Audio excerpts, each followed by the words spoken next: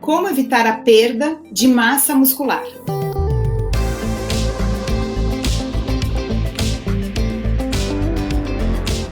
Hoje nós vamos conversar a respeito da perda da massa muscular.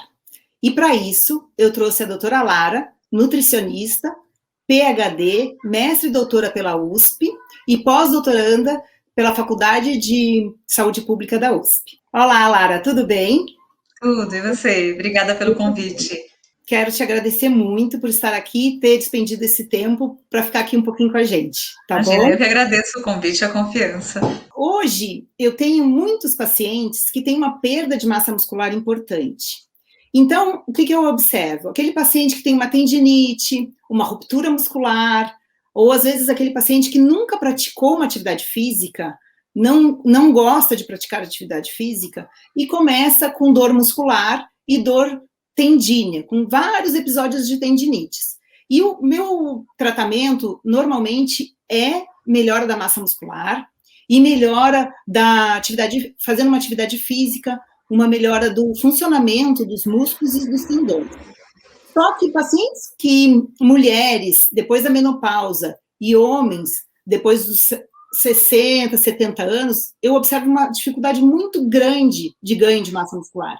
E isso a gente demora um pouco mais para observar o resultado do tratamento.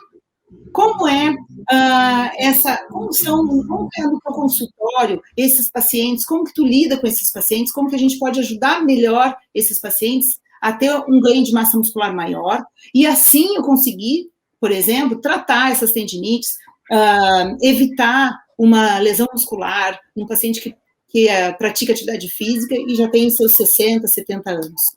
Realmente, é uma condição muito comum, né? A gente sabe que depois dos 40 anos o nosso metabolismo diminui, vai diminuindo cerca de 8% por década até os 75 anos, quando essa perda dobra, né? A gente perde cerca de 15% por década depois da idade, de 75.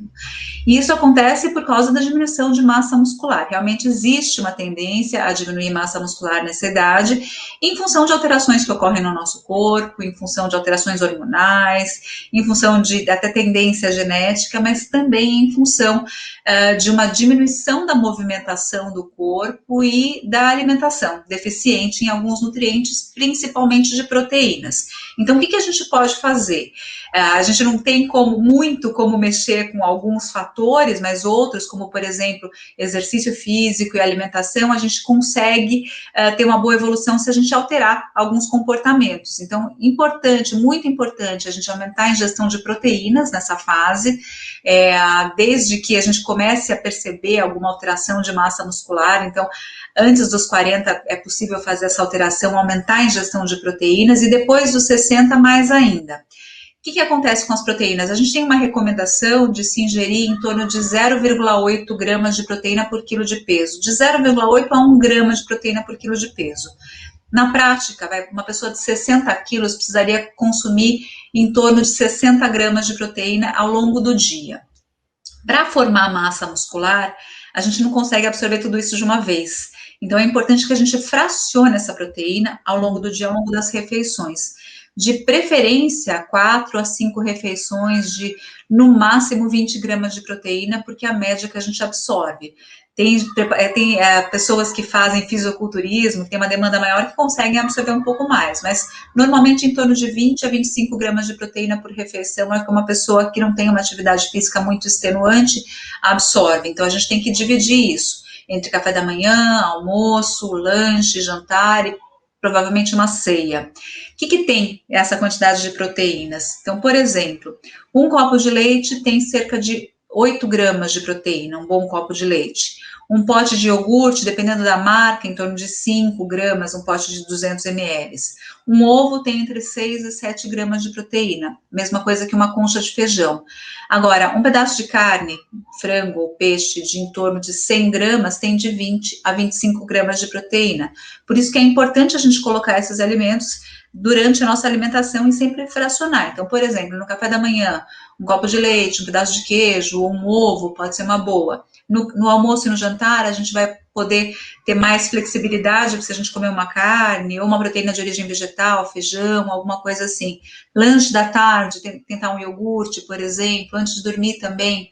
Então, sempre pensar nessa quantidade. Mas essa quantidade que eu falei para vocês é uma quantidade para manutenção. Quando a gente tem perda de massa magra e quando a gente está numa idade um pouquinho mais avançada, esse requerimento aumenta. Então, ao invés de 60 gramas de proteína para uma pessoa que pesa 60 quilos, a gente pode chegar no dobro, ou então até 1,5, 1,6, chegar a 90, 100 gramas de proteína ao longo do dia, a gente consegue ter uma evolução de massa muscular, manutenção até um pouquinho de ganho. Então, a gente vai aumentar um pouco essa quantidade e a gente vai também fracionar essa proteína. Então, só aumentando um pouquinho o tamanho de porções. Super importante a gente consumir a proteína também antes de dormir, porque é no repouso que aumenta o GH, que é o hormônio do crescimento, que faz a recuperação da nossa massa muscular, principalmente se a gente fez algum exercício ao longo do dia, que é importante, porque a gente vai estimular, né, a reconstrução das células musculares e até uma construção a mais, né, uma recuperação e um ganho de massa muscular, que a gente sabe que a gente tem no exercício microlesões na musculatura que depois a gente vai recuperar. A maior parte dessa recuperação vai se dar na hora do repouso. Ela acontece durante o dia inteiro, por isso que é importante a gente comer proteína o dia todo, mas antes de dormir também é interessante. Então, aumentar a quantidade de proteína, fracionar essa proteína ao longo do dia e estimular com exercício é uma boa opção, mas a gente não pode esquecer dos outros nutrientes. A gente precisa do carboidrato também, né? Então, a gente vai ingerir carboidrato nessas refeições também. Então, o que a gente pode fazer para complementar, né? Eu falei do iogurte, a gente pode colocar um cereal, junto com a carne na hora do almoço, a gente pode colocar uma batata, um arroz. No café da manhã também, a gente pode colocar uma torrada, um pão, uma tapioca, se a pessoa gostar. Sempre importante consumir o carboidrato junto e sempre importante também complementar com vitaminas e minerais, que são nutrientes que vão também participar da formação da massa muscular.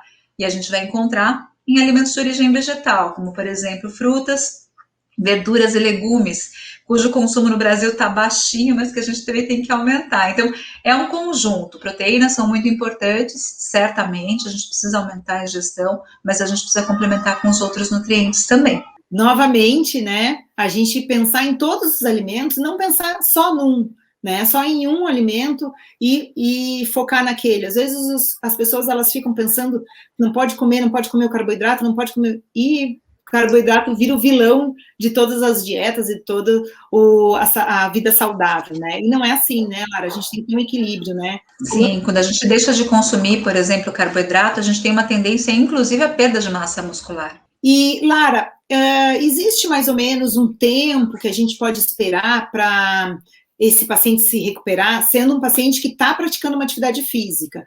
Porque eu oriento todos os pacientes a realizarem atividade física.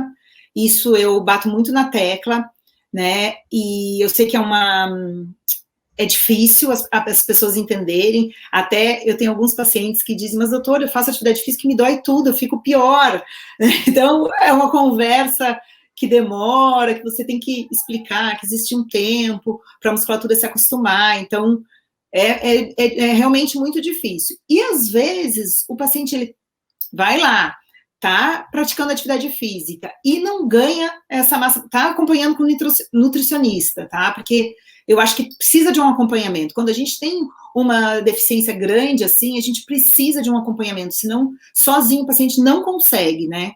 E existe um tempo que a gente deve esperar essa melhora? É muito individual, sabe? A gente consegue acompanhar isso com os exames, né?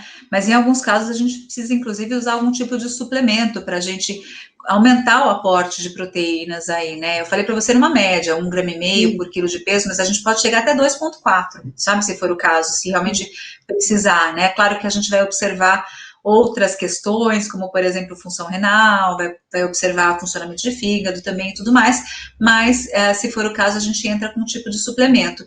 E assim, esse ganho de massa muscular vai ser muito individual, vai depender do metabolismo de cada um, vai depender se a pessoa tem alguma doença associada, se não tem, qual que é o nível de atividade física que ela faz, que tipo de impacto que é, né, a força a intensidade, né, que ela faz atividade física. Então, não tem como saber. A gente sabe que os homens, eles têm mais massa muscular do que as mulheres, né, a gente tem um pouco mais de gordura, a natureza é injusta, né, a gente tem um pouco mais de gordura que eles, infelizmente, né, mas os dois conseguem evoluir bem, se o acompanhamento for bem certinho, e se for o caso, a gente vai usar suplementos para melhorar ainda mais essa evolução. Ah, ótimo. Muito obrigada. Eu acho que esclareceu bastante, né? Porque a gente consegue ajudar melhor os pacientes, entendendo um pouquinho, né, de cada área e exatamente sabendo quando encaminhar e insistir nesse tratamento, né? Porque alguns pacientes não acreditam em alguns tipos de melhora. Tanto a fisioterapia, a gente vê isso muito, né? Tem paciente que diz, não, doutor, eu não acredito que eu já fiz fisioterapia e não adiantou nada.